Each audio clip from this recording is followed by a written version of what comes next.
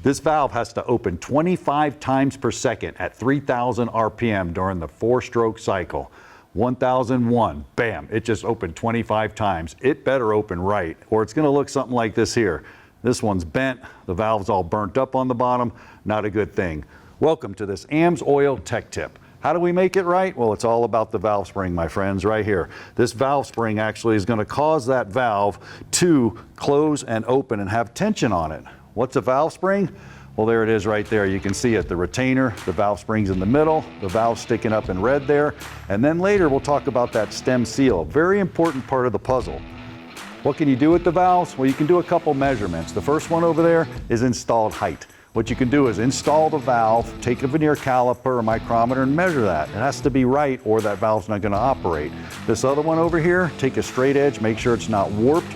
And then you want to measure the actual free length of the valve when it's not compressed. You can measure that as well.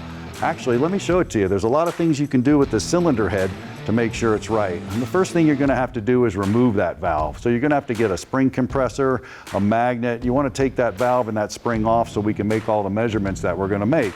Once you get that valve spring off, well, you want to make sure and do a good visual inspection. Make sure it's clean, make sure everything's right, check it for cracks, check it for heat checking, all that stuff on there.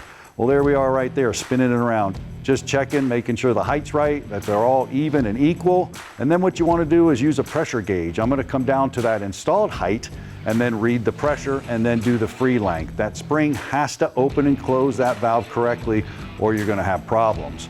Now, another piece of the puzzle is that valve seal. That valve seal, Lynn, that thing's got to stop all that oil from getting down in there. Intake strokes, sucking that stuff down in there. Even the exhaust strokes, creating a Venturian, sucking that oil in there. It's a problem. It can be, and you end up with combustion gases going past that seal. You end up with unburned fuel and air getting past that seal. You end up with buildup.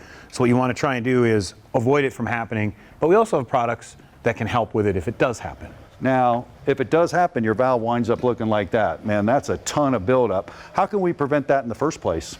Well, you want to use a fuel additive. The fuel that we're seeing, coming out of the pumps today could use a little help on the additive side of the fence, especially with gasoline direct inject. There's a lot of tendency for intake valve deposits. So use products such as AMSOIL Performance Improver or AMSOIL Upper Cylinder Lube to help keep those deposits from forming. Now, if they did form and they look like that, can AMSOIL help us?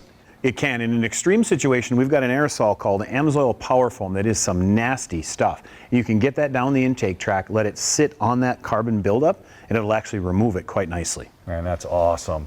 You can avoid all this on your valves by routine maintenance and using a quality product. And yep, you can find those quality products at amsoil.com.